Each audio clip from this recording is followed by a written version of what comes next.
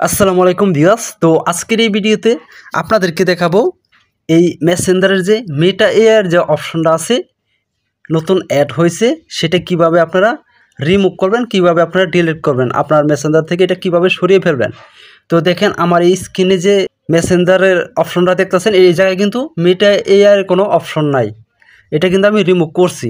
তো রিমুভ করে কিন্তু আমি এই ভিডিওটা বানাচ্ছি, ঠিক আছে। তো আপনারা কিভাবে আপনার মেসেঞ্জার থেকে এই মেটা এর এই অপশনটা সরিয়ে ফেলবেন, রিমুভ করবেন, সেটাই খুব সহজে আপনাদেরকে দেখিয়ে দেবো। তো ভিউয়ার্স, আমরা সাধারণত এই মেসেঞ্জারে শুধু চ্যাট করতে পছন্দ করি, মেসেজ করতে পছন্দ করি, তাহলে এই মেসেঞ্জারে কেন বাড়তি একটি অপশন থাকবে।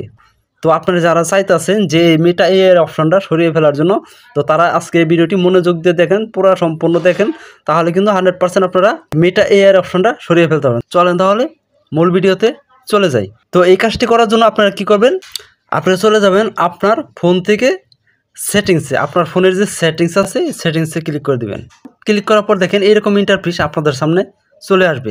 দেখেন এই জায়গায় লেখা আছে অ্যাপ ম্যানেজমেন্ট। তো আপনাদের এই জায়গায় শুধু অ্যাপ লেখা থাকতে পারে, তো আপনাদের যেটা লেখা থাক সেটার উপর ক্লিক করে দিবেন, ঠিক আছে। অ্যাপ লেখা থাকলে অ্যাপ লেখার উপর ক্লিক করবেন, আর অ্যাপ ম্যানেজমেন্ট লেখা থাকলে অ্যাপ ম্যানেজমেন্টের উপর ক্লিক করে দিবেন। আমি ক্লিক করে দিলাম।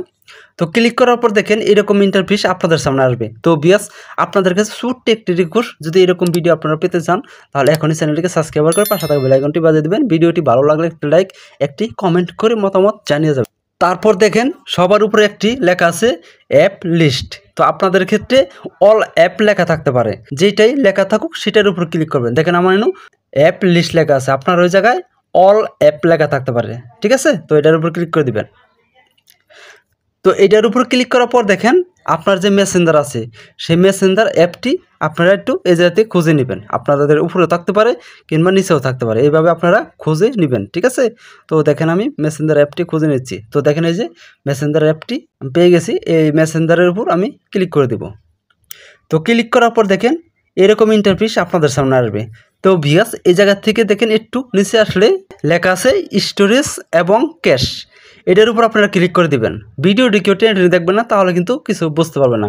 তারপর দেখেন এরকম ইন্টারফেস আপনাদের সামনে আসবে। দেখেন এই জায়গায় ক্লিয়ার স্টোরেজ নামে যে অপশনটা আছে এটার উপর ক্লিক করে দিবেন, ঠিক আছে। বাম পাশে আমি ক্লিক করে দিলাম। ক্লিক করার পর দেখেন এনু ডিলিট নামে যে লেখাটা আছে এটার উপর আবারও ক্লিক করে দিবেন। তো ক্লিক করে দিলাম আমি। তো আপনারা ক্লিক করে দিবেন। ক্লিক করার পর এই জায়গা থেকে বেগে আসবেন, একদমই বেগে চলে আসবেন।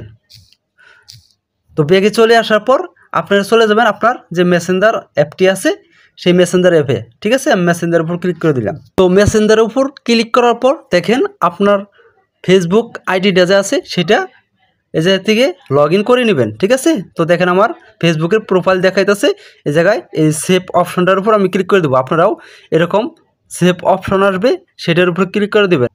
তারপর দেখেন এরকম ইন্টারফেস আসবে। তারপর দেখেন নিচে সবার নিচে যে একটা অপশন আছে এটার উপর ক্লিক করে দিবেন।